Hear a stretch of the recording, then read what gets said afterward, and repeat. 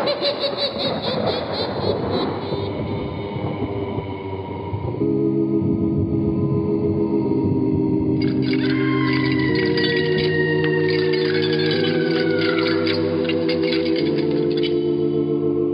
Mysterious Old Radio Listening Society podcast.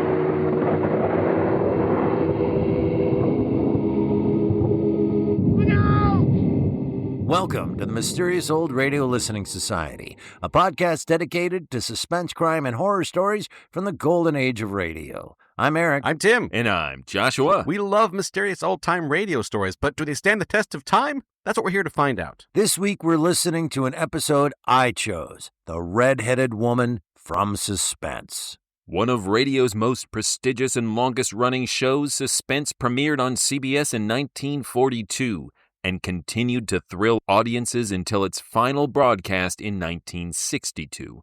Known for its big-name stars, high production values, and sophisticated scripts, Suspense raised the bar for dramatic radio. The script was written by Nancy J. Cleveland, an author who I would love to know more about, but the internet sometimes keeps its secrets.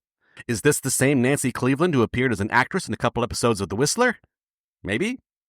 Is this, much like Lucille Fletcher, an example of a talented woman whose scripts found their way onto the air as one of the most prestigious radio programs ever produced? Wouldn't it be great if I were telling you that information right now? For all I know, the name is a pseudonym used by a corgi. When it comes to Lucille Ball and Desi Arnaz, however, we know a lot. The husband and wife team became TV icons with their show I Love Lucy, first broadcast in 1951.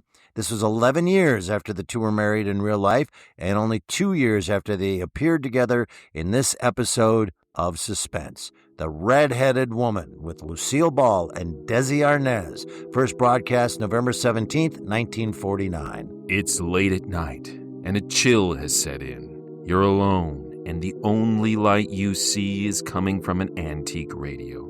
Listen to the sounds coming from the speaker, listen to the music, and listen to the voices.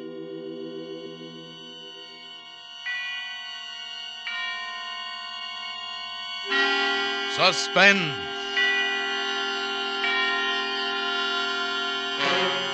Autolite and its 96,000 dealers present Miss Lucille Ball and Mr. Desi Arnaz in The Red-Headed Woman, a suspense play produced and edited by William Spear.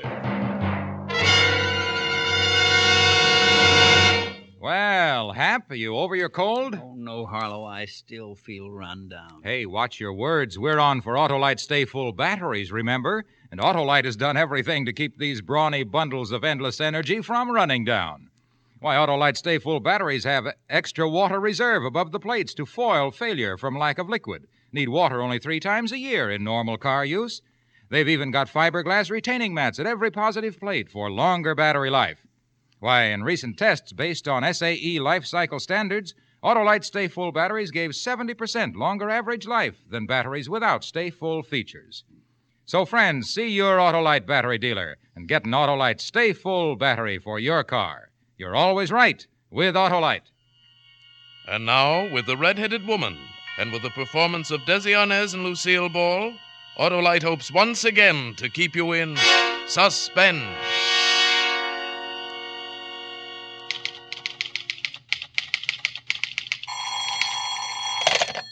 Jensen Corporation. Hello? Hello, Linda? Yes. Oh, hello, Frank. Oh, look, darling, I thought I told you not to call I know. me. I shouldn't call you at the office. I'm sorry, Redhead, but I had to talk to you. You see, Oh, darling, you sound so grim. Is there anything wrong? Oh, this is going to be tough, Linda, but you see, well, it's kind of hard to explain, but... Well, go on, dear. You can tell me anything. You know that. Oh, you're sure swell, Linda. That's why it's so hard to tell you. Frank, you haven't committed a murder or anything, have you? Oh, no, of course not. Well, what is it then? Linda, please, I tried to tell you last night. I know it's hard to justify, but... But what? Frank, you've met someone else, is that it? Yes, Linda. I'm sorry. Oh, it's quite all right. Is she blonde or brunette? Oh, honestly, honey, Linda, I couldn't help it. It was one of these things. It just happens. Sometimes things do. Well, you don't have to explain, Frank. I'll send your ring back this afternoon. I hope it fits her. Good luck.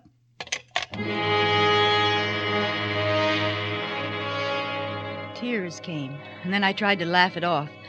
And then I felt myself getting good and mad. What a fool I'd been. For 2 years, my every thought, my every move had been patterned toward Frank's wishes and welfare. Other girls, the selfish type, were holding their men. It was, well, I'd made up my mind that the future would be different. From that minute on, I'd think of myself first, last, and always. Suddenly, I wanted to get away, do things, have beautiful clothes, money, especially money. I suppose it's a kind of independence any woman wants to grab for in a moment like that, when she's found out you can't depend on a man. Good morning, Glinda. Oh, good morning, Mr. Jensen. Hey, feeling all right? Of course. Why shouldn't I? Well, I don't know. You just seemed a little despondent. No, I'm fine. Good. Oh, will you put this away for me? What, payroll money? Well, it's only the 5th, isn't it? I'm going to Florida for a couple of weeks, Linda. Oh. I drew the payroll money today because I'm leaving tomorrow. Oh, that sounds wonderful. Yes, doesn't it? I've been thinking about it for years.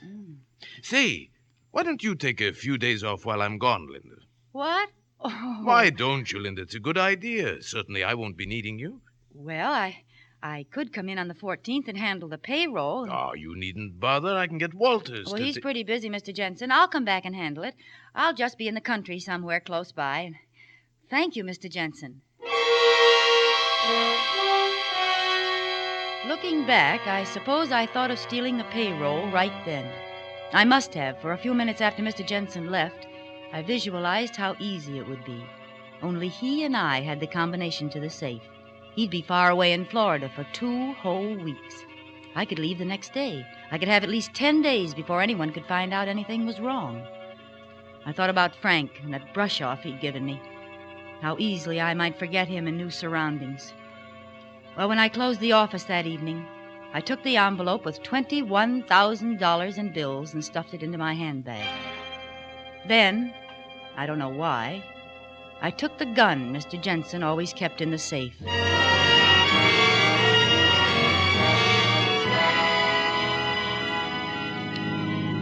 Next morning, I left Kansas City and began driving west. By the next afternoon, I was well into Texas on the inland route. I knew vaguely that I had to get across the border, but the actual fact that I was a criminal hadn't quite percolated yet. A few miles out of Big Spring, the weather changed, and dark gray clouds replaced the blue skies. Then I came to a roadblock, and I had to detour. It was a winding, makeshift road of dirt that stretched on and on for miles. I hated going so slow, but there wasn't anything I could do about it, so I switched on the radio and tried to feel comfortable and forget what I had done. Then a few drops of rain splashed against the windshield, and I hoped that I'd make the main highway before it really let loose. It was then that I heard the announcement. This afternoon, in one of the most daring daylight holdups in Texas history, the 7th Bank of Abilene was robbed of $40,000. As far as is known, only 2 persons participated. A tall, dark-complexioned young man wearing a light gray suit and hat, and an attractive, red-haired woman dressed in a green suit. In effecting their successful getaway, one of them shot and critically wounded an elderly bank guard, a veteran of World War I. The couple left in a green panel truck and are believed headed in the general direction of El Paso. More news after our next music. Well, these were worse criminals than I was by far, and they'd made a getaway. I shut off the radio. To my right, black letters loomed suddenly against the yellow background of a sign. Midland, Odessa, Pecos. I slowed down to 30, rounding a series of blind curves. Coming around the last one, I saw a man standing in the middle of the road. I jammed on my brakes to keep from hitting him. He started walking toward me. I'm very sorry to bother you this way, but my car is out of gas, and I was wondering, could you perhaps let me siphon a little from your tank? Well, sorry, but I'm low myself. Oh, please, don't be like that. I've been waiting here for hours. You're the first car I've seen. I would just take a little. Well, I can't. Honestly, I... All right. Then perhaps you would be so kind as to give me a little lift to the next gas station? Well... Oh, come on now. Don't you believe in the good neighbor policy? Well, all right. Get in. Thanks a lot. We'll find a gas station right on here someplace. I won't even take you out of your way. Oh, that's all right. I'm going in the general direction of El Paso? El Paso. It all came together suddenly. The radio announcement and this man who was just sitting down beside me. He fitted perfectly. Dark complexioned, light gray suit. I glanced at the car parked by the side of the road. Yes, it was a green panel truck. Well, senorita? Look, I'm terribly sorry, but I don't think I can take you after all. You see, Now, please. I have been marooned here for 2 hours. It's very important that I get to Pecos in the next 2 hours. Oh, and where are you going after that? Me? I'm going to travel all over. After Pecos, I'm going to beat it down to Juarez. That's across the border. From there, we're going... Yeah, that's what I thought. Look, I would like to pay you for helping me. He drew a sheaf of new bills from his pocket and dropped a fresh 20 into my lap. I opened my handbag and my fingers closed around Mr. Jensen's gun. He looked down at it. Hey, what? I said I've changed my mind. Okay. If that's the way you feel. I don't argue with a girl who's got a gun. I didn't even wait for him to close the door. I let out the clutch, stepped on the gas, and got away fast. When I finally reached the highway, I speeded up still more. I'd had a bad scare. I wanted to talk to someone about anything and forget that man. Maybe that was why I was so relieved when I came to the little town of Pecos and saw the carnival a short distance ahead, and why I stopped to look at it. Even from the car, the bright lights and the people and the carousel, gaily painted horses going round and round made me feel less lonely. I wanted to get out and mingle with the people and drink some pink lemonade and buy a red candied apple. Go in one of the midway tents and see Tortoro, the sword swallower, and Lopez, the ventriloquist. But instead, I ate a hot dog in the car and bought a silver ashtray from a little Indian girl. Then a sudden burst of thunder reminded me of the approaching storm. I started the car and left the carnival behind me. Soon afterwards, it began to rain. Then a cloudburst hit. 15 minutes later, I spotted an auto court. As I came to a stop, a gray, mustached man in a rubber hat and raincoat came out to meet me. Hello there. Hello, how far to El Paso, please? Not planning to go there tonight, are you? Well, you never make it. A lot of bad spots on the road. I know because on rainy nights I always pick up a lot of money pulling stalled cars out of the mud. Well, maybe I'd better spend the night here then, if you have a vacancy. I got more vacancies than anything else. I'll fix you up with the best cabin on the place. Used to live in it myself. Come on, I'll show you. It's number 3. Oh, it sounds fine. Do you mind if I use your phone first? No, go ahead. There's a booth over there right next to the office. Thank you. I'll open your cabin door and leave the key on the dresser. You can put your car in the shed there. I was going to phone the El Paso police and tell them where I'd last seen the man answering the description of the Abilene bank robber. I dialed and waited for her to answer.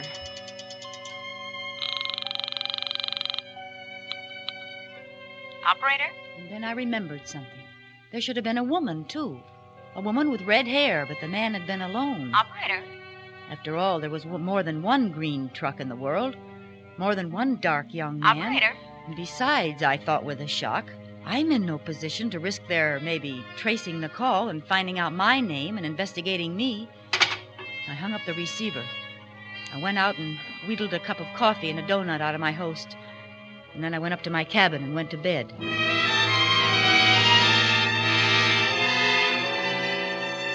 I woke up about 10 o'clock. A car had driven up and stopped right outside my window. The headlights were shining in. When I got up to pull down the shade, I saw the car. It was the green paneled truck I'd seen on the road, and this time a woman was in the front seat. Then the proprietor and the other man came out of the cabin next to mine. All right. I lowered my shade and then listened to them. I'll wait till the storm is over, and then I'll go on to El Paso. Is it all right if I leave my truck out here? Sure. There's a garage in back if you want to use it. No, thanks. I'll just park it here near to the door. I heard him enter his cabin. I locked my door and sat down on the bed. It was very quiet next door. Finally, I guess I must have dozed off. But then, all of a sudden, I was awake again. Voices, a man's and a woman's, were coming from the cabin next door. I got up, opened my window very quietly, and listened. Half of the money, it's mine, Jose. I don't think you had better forget that. If you do, you will be sorry. Very sorry. You are wrong, Carmencita. It will not be me who is sorry. What do you mean? It shouldn't be difficult for you to figure that out. You mean? Oh, but that is so funny. You couldn't get along without me. No, not even for 1 week. Not 1 week. I would not laugh if I were you, Carmen. Wait, Jose. Don't do it. You're just trying to be funny. No, you don't do it. Jose, no. Please don't. After that, everything was quiet. I was stunned, frozen. Then I heard his door open. I hurried to my window and carefully raised the shade a few inches. It was quite dark, and at first I could only hear his footsteps. And then I saw him. He snapped on a flashlight, looked around with it. He was carrying a roll of blankets, and he put it down carefully in the wet grass. Then he opened the rear door of the green panel truck. There was a long, oblong box on the floor. He stooped over and lifted what I'd thought was the roll of blankets, but I was wrong. From one end, a head was visible. A woman's head, with red hair. I must have thrown up my hands and hit the window shade. It clattered to the top. In the tense silence of the night, it sounded like a machine gun. The man outside spun around. Huh? He trained his flashlight on me. He took a long look. Then he turned around and dropped his gruesome bundle into the oblong box. I turned away. I couldn't look anymore. Finally, I heard him walk toward his cabin, go inside, and shut the door. Then I took a chance. I threw on my raincoat and shoes and hurried to the proprietor's office. I knocked on his door and called to him. There was no answer. So I wrote a quick note and slipped it under his door and hurried back to my cabin. I closed my door and was just fumbling with the key when the lights went on. No use to lock it now, senorita, and don't make a noise. He was sitting in a chair, smiling, casually pointing a gun at me. My gun that I'd foolishly left on the dresser. You were not so very smart, were you, sweetheart? This gun, it looks nice. I think you handle it good, too. I almost found out this afternoon on the road, didn't I? Now, look, I wasn't going to use it, honestly, but, well, you know, you read a lot in the papers about the trouble people get into picking up strangers, and Yes, sure. You're always careful. Stay out of trouble. Mind your own business. That is very good to remember, senorita. That's all I was doing. Well, what do you want with me? It's just too bad you looked out on me just now. I wouldn't have known you were here. I didn't mean to spy on you. I was awake, and when I heard a noise outside, I looked out, that's all. That was natural, wasn't it? Maybe, but it didn't turn out so good for you, did it? Come on now, we're getting out of here, and you are coming with me. But where are we going? Just places, senorita, just places. Come on now. But what do you want with me? You don't want me. Don't want you? Why, I'm crazy for you. I've been looking for you. I've been looking for somebody just like you.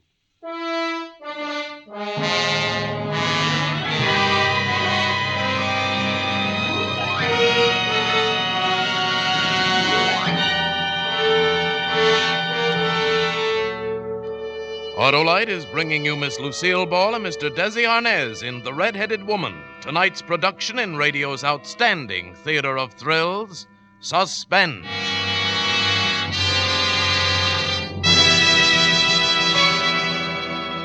Feeling better, Hap?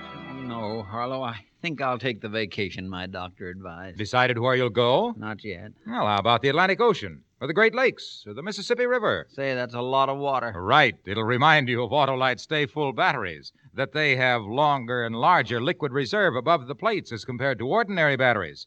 Need water only 3 times a year in normal car use. Or, hey, better still, Hap, visit the zoo, see the camels. Tell them Wilcox sent you. What?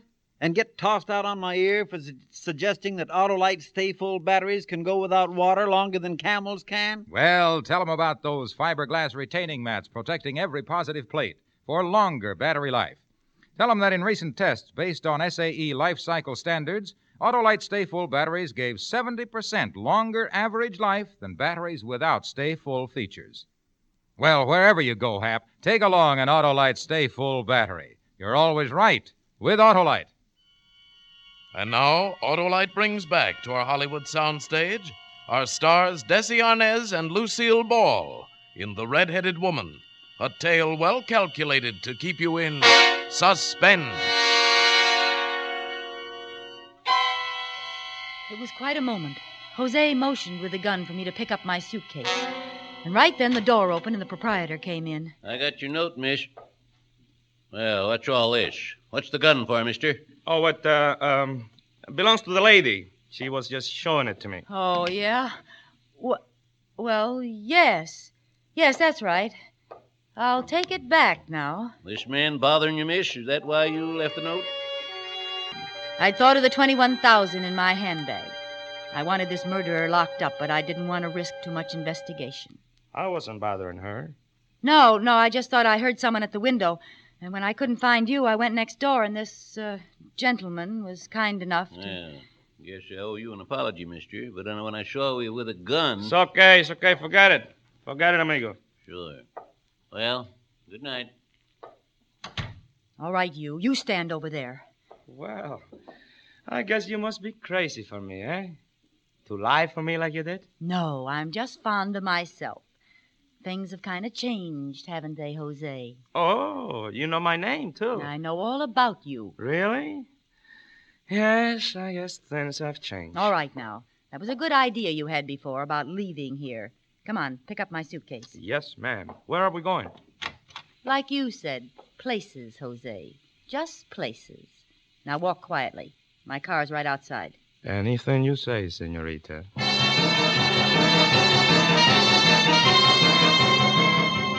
He drove while I held the gun. After we'd gone about 5 miles, we came to a side road. I told him to turn. It's a pretty deserted neighborhood, no? Yes. Please tell me, where are we going? Oh, you're not going very far. You know, I wish you didn't make me leave my truck back there. Oh, you're worried about what's in that pile of blankets, huh? Yes, that's right. Somebody might find her. Senorita, please. Not a chance. Oh, look, now, why don't we talk this thing over? I think maybe we could. I'm not buying a thing. Well, I certainly hope you know what you're doing. Uh-oh. I'm sorry, but we're stuck in the mud. Oh, well, that's a very fancy trick, but it won't work. You don't believe me? No. Well, then get out and see for yourself. And have you drive off and leave me? Oh, no, thanks. Come on, start the car. But I'm telling you the truth. We're stuck in this ditch. You better start the car, mister. Okay. Anything you say.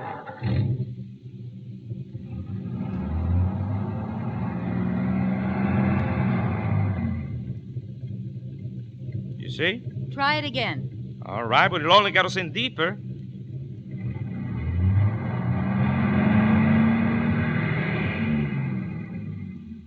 Well, what do we do next? You're running the show. You tell me. Okay, I'll tell you. Get out of the car. What do I do now? Pick up some broken branches and put them under the wheels. Like I said, you are running the show. No, never mind. It's too dark. I can't see you. Get back in the car here. But you give up too easy. Why don't you think of using a flashlight? I don't have one. Well, maybe if you ask me real nice, I will let you use mine. Where is it? It's here, in my coat pocket. All right, senorita, drop the gun. Quickly. It was over in a second. Before I knew it, he'd reached in his pocket and jumped behind me. I'd forgotten the most important thing of all. I hadn't searched him. I could feel the gun against my back. Now you're going to get into the car. Hurry. Yes, sir. Now you will drive for a while, no? But I thought we were stuck. That is exactly what I wanted you to think. Good, eh? Start the car.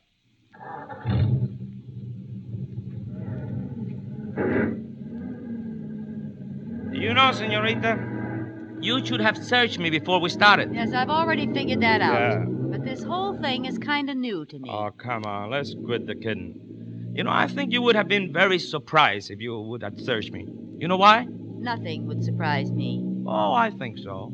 Because you wouldn't have found any gun. Only this. A flashlight. It feels very much like a gun against your back, doesn't it? Especially when you're very frightened. Look, let me go. I swear I'll never bother you again. You won't bother me. Not where you're going. You won't bother anyone.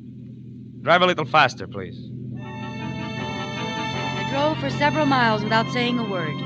Then I took a chance. I speeded up to 60, then jammed the brake to the floor. Oh! Jose's head banged against the windshield. He dropped the gun. I grabbed it almost before it hit the floorboard. Now, out again, Mr. Finnegan. We're going to change seats. Oh, my head. That was very smart, baby. Very smart. Almost as good as your flashlight gun trick, hmm? It's better. Your trick wins. Oh, well. What cooks now? We're heading straight into El Paso Police Department. But, baby, you can't do that. Why can't I? Because it's too foolish. And the senorita is not a fool. No, the senorita isn't. That's why you're driving straight to El Paso and the police. Yes, ma'am. Whatever you say. I certainly hope you know what you're doing. Yeah, the senorita has learned a lot in the last few hours. Drive carefully. He shrugged his shoulders and settled back behind the wheel.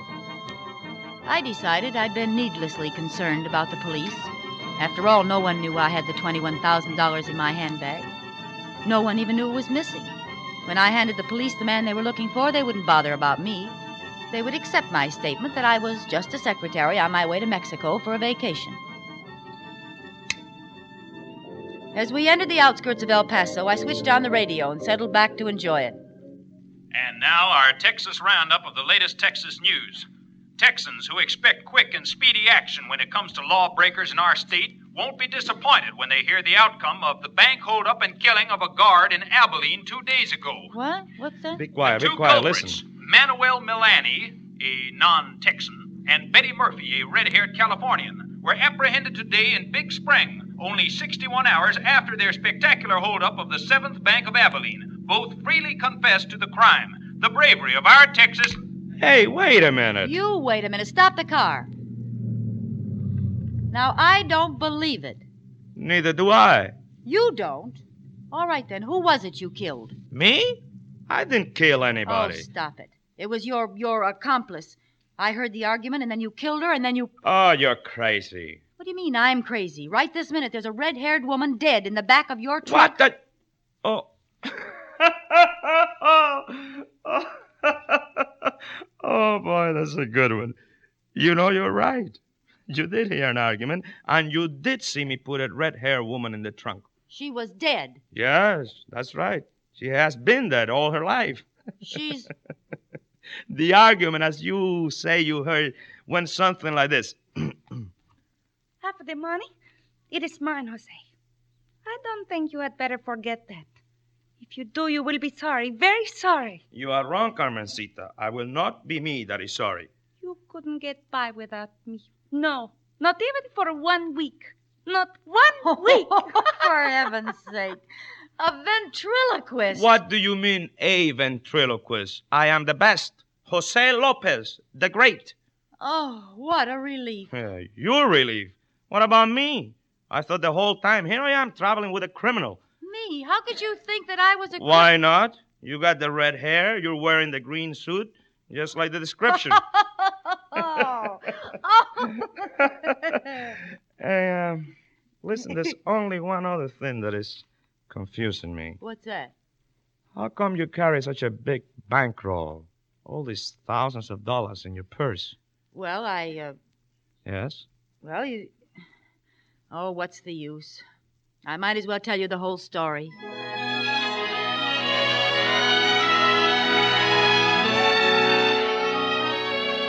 And you know, I found myself doing it. And Jose explained to me how silly I'd been to ever try such a thing. And then it struck us that it was still only the 13th of the month. So we drove back to Kansas City together. I put the money back, and the payroll went off just like it always does. And oh, that Jose. He's so cute and so wonderful. Hey, baby, come on. Hurry up with that dinner, will Yes, you? Jose, dear. Hey, what are we going to eat tonight, baby? And it better be something good, you know. A husband can testify against his wife. Same as usual, amigo, baby. Enchiladas with tacos and hot sauce. Yum, and yum, chili yum. with tamales.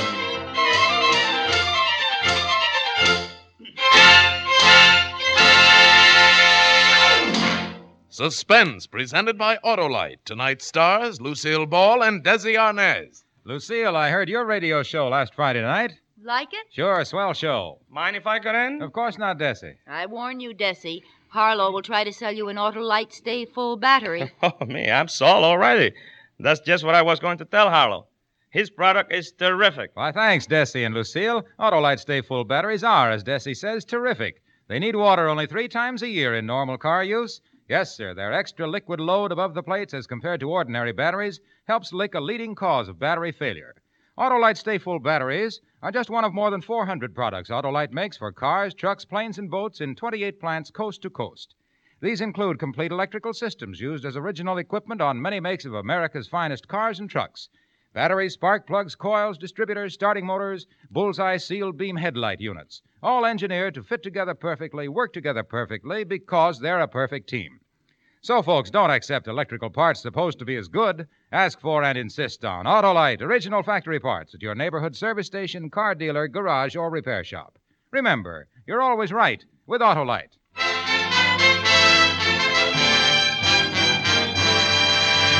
Next Thursday for Suspense, Burt Lancaster will be our star. The play is called The Long Wait, and it is, as we say, A tale well calculated to keep you in suspense.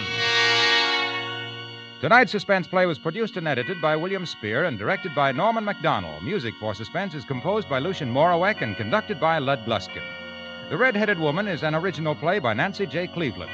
Lucille Ball will soon be seen co-starred with Bob Hope in the Paramount picture Fancy Pants, and may be heard in her own Jell-O show, My Favorite Husband, every Friday night over most of these same CBS stations. In the coming weeks, you will hear such stars as Burt Lancaster, Mickey Rooney, and Lana Turner. And don't forget, next Thursday, same time, Autolite will present Suspense, starring Burt Lancaster. You can buy Autolite Stay Full batteries, Autolite resistor spark plugs, Autolite electrical parts at your neighborhood Autolite dealers. Switch to Autolite. Good night. This is CBS, the Columbia Broadcasting System. That was The Red-Headed Woman from Suspense here on the Mysterious Old Radio Listening Society podcast. Once again, I'm Eric. I'm Tim. And I'm Joshua. That was my pick for our podcast this week. The background on this is, if you're a Patreon of the Mysterious Old Radio Listening Society, there are perks. And one of the perks, things that we do outside of just the podcast itself, is we do a monthly happy hour live on Zoom where we pick some episodes that have a theme and a bunch of people sign on the Zoom, and it's book club for old-time radio shows, and we discuss those episodes with our Patreons. And it's a lot of fun and really cool people and all that.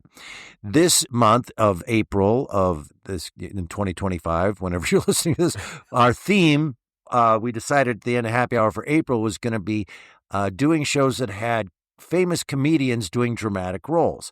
So I curated that and started listening to a bunch of them and put a bunch of them out there. And this one was left over, meaning I had more than we needed for the happy hour, and decided, let's just bring this to the podcast because it has Lucille Ball and Desi Arnaz and it's Suspense. And I also thought, I think there's a lot of room for some very interesting discussion of this episode. So that's why we're doing it.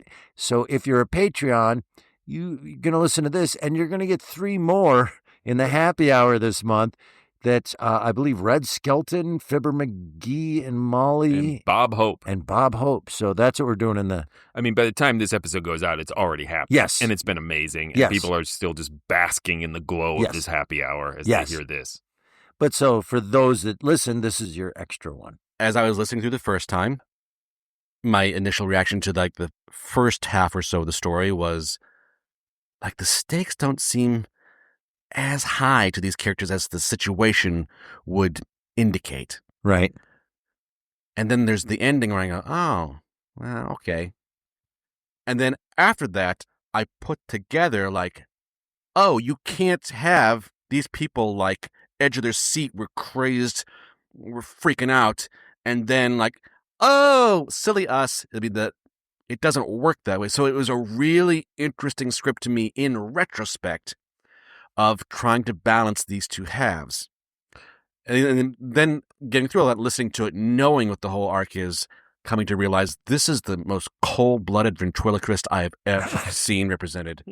So let's jump to that. I just want to point out that happy ending and they get married, that she's missing something very important.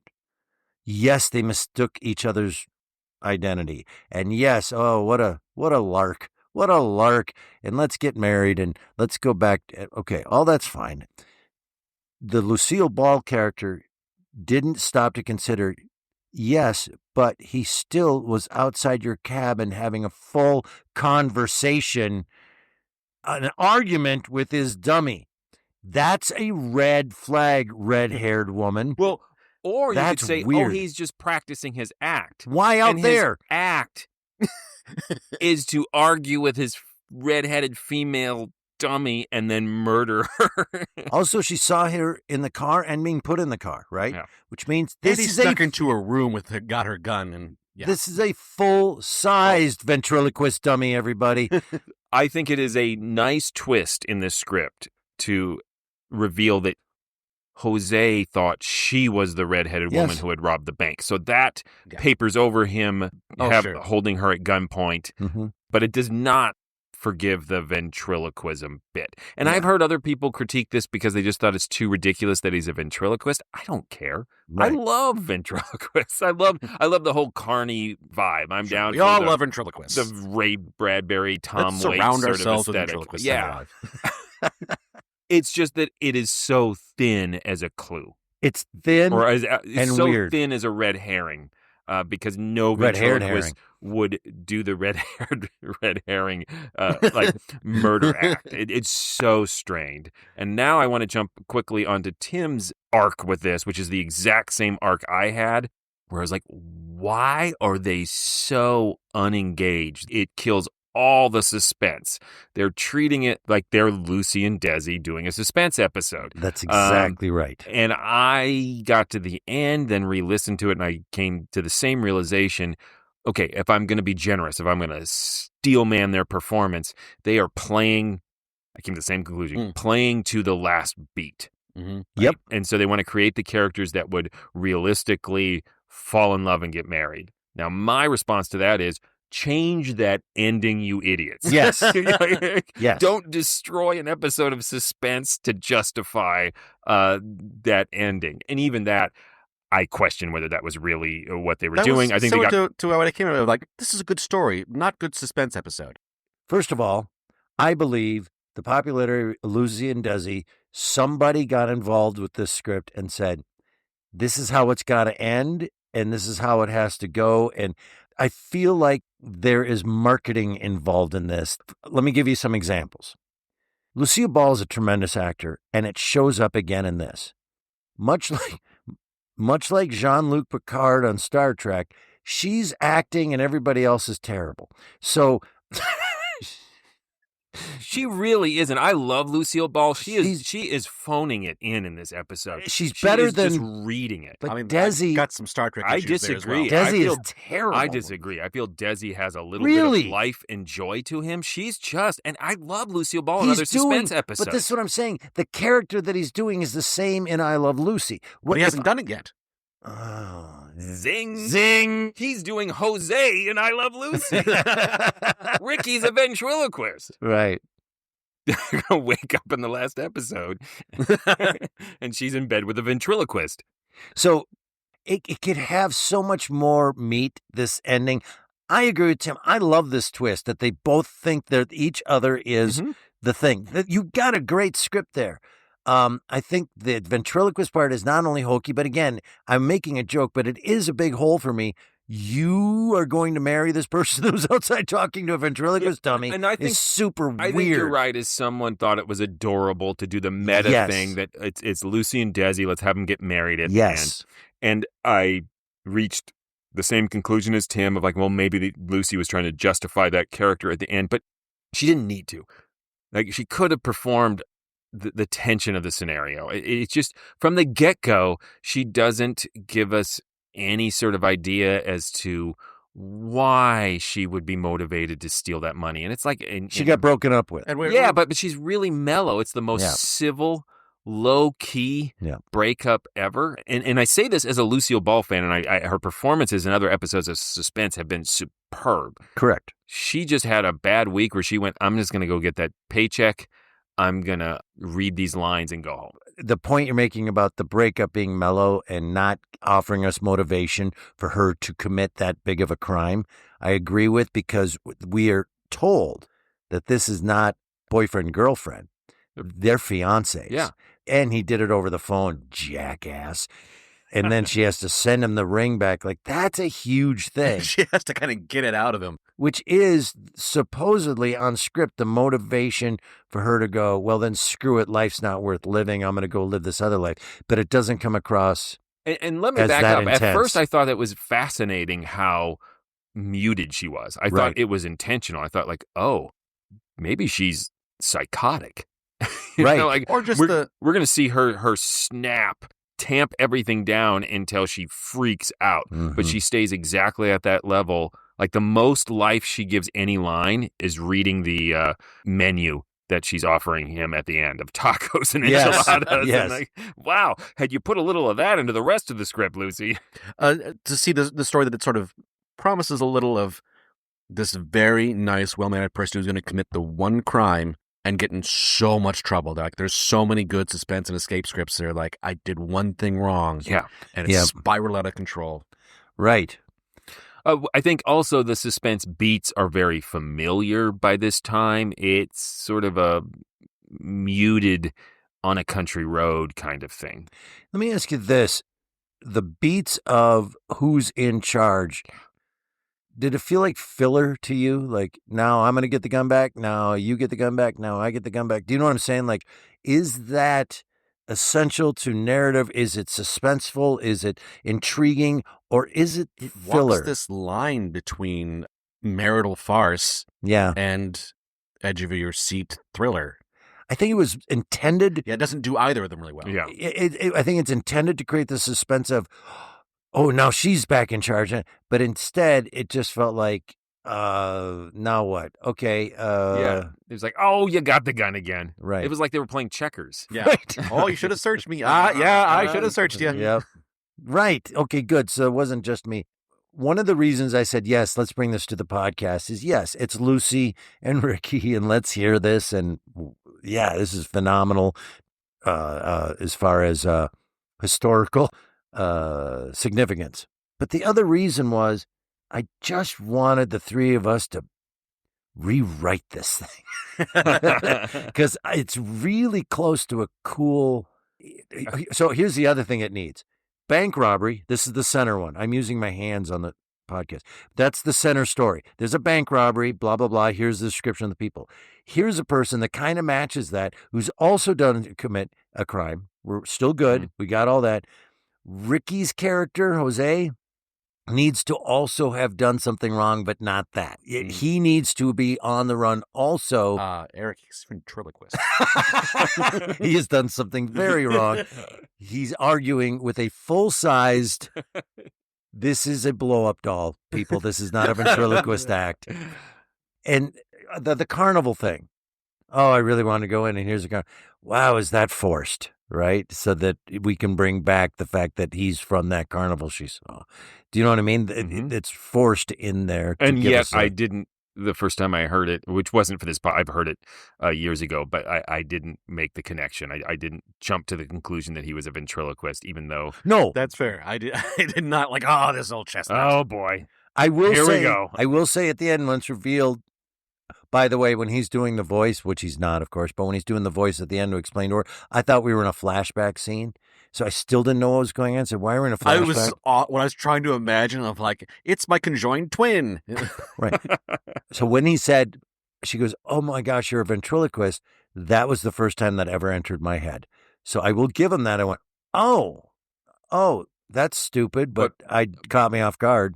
What should happen is that the conversation she overhears should be written in some way where, because of the stressful situation that she is in, and she is our perspective character, that we hear it the way she hears it as a murder. But as soon as it's revealed that it's a ventriloquist, we go, oh, that could also be a ventriloquist act. Right. But here it's like, that could never be a ventriloquist act. Right. Like, that makes no sense. It makes no sense at all. Because, first of all, it's a full-sized. When it's a full-size... They don't say. I just think it's a tiny, tiny woman's body, the giant full-size head. She sees it in the car. She sees him putting it in the car. But it's rolled in blankets. Yeah, okay. Hiding its tiny dummy body.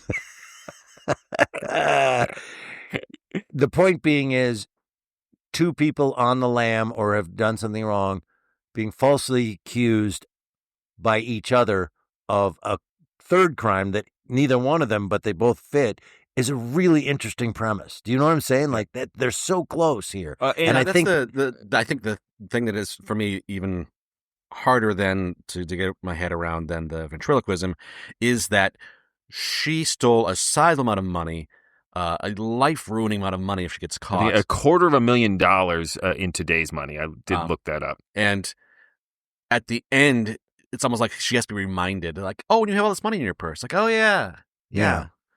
Also, now that they've realized this, that they falsely accused each other, and she has all that money in her purse, go to Mexico, you guys. Don't go home to that life. Keep the money and go. Yeah, you can get all the tacos and enchiladas. And you can get against the ventriloquist code.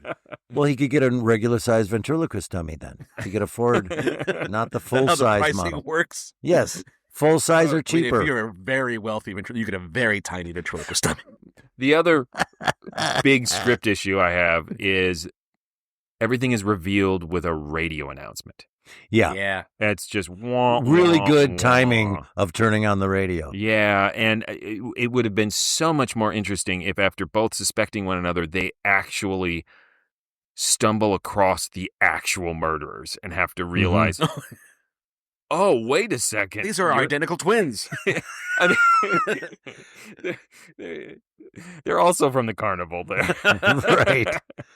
Why are you dressed like us? Yeah, but it just goes and then stops. Yep. Yeah. When you see Suspense, Red-Haired Woman starring Lucille Ball, Desi Arnaz, the hope is high.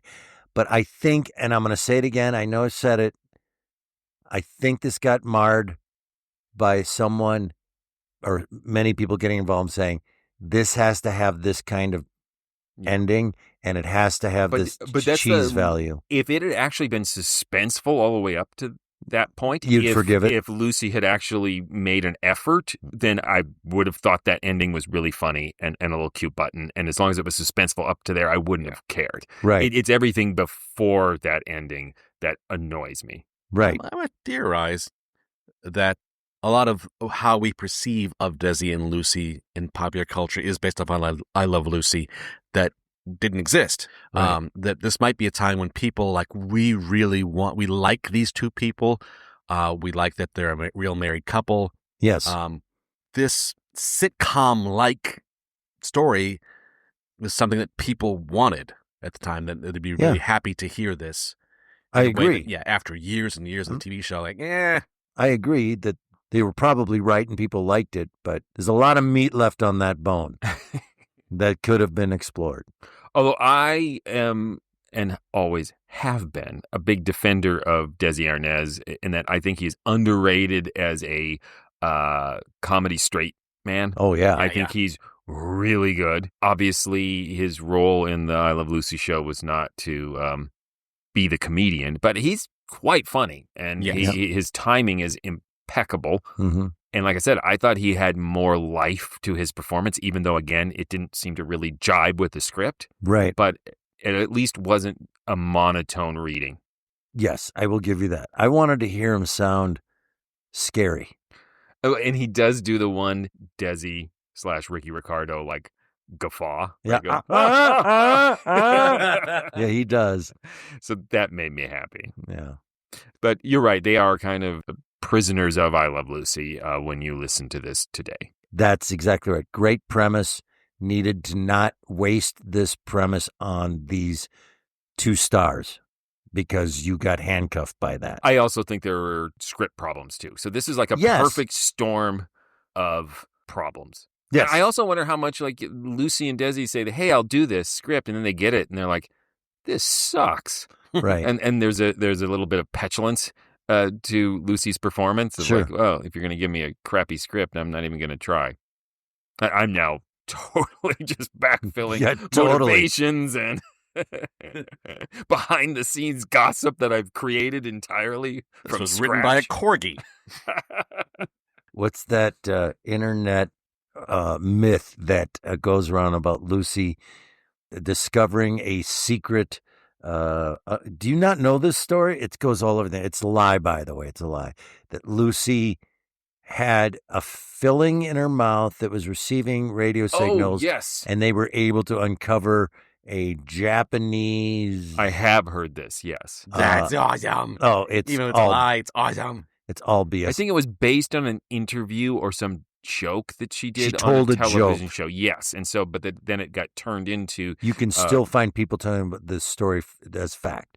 And so they dug under the studio she was at and discovered an underground office where secret Japanese guys spies were sending out signals that we only knew about because Lucy's tooth picked up the radio signals, which is also an episode of Gilligan's Island, I believe.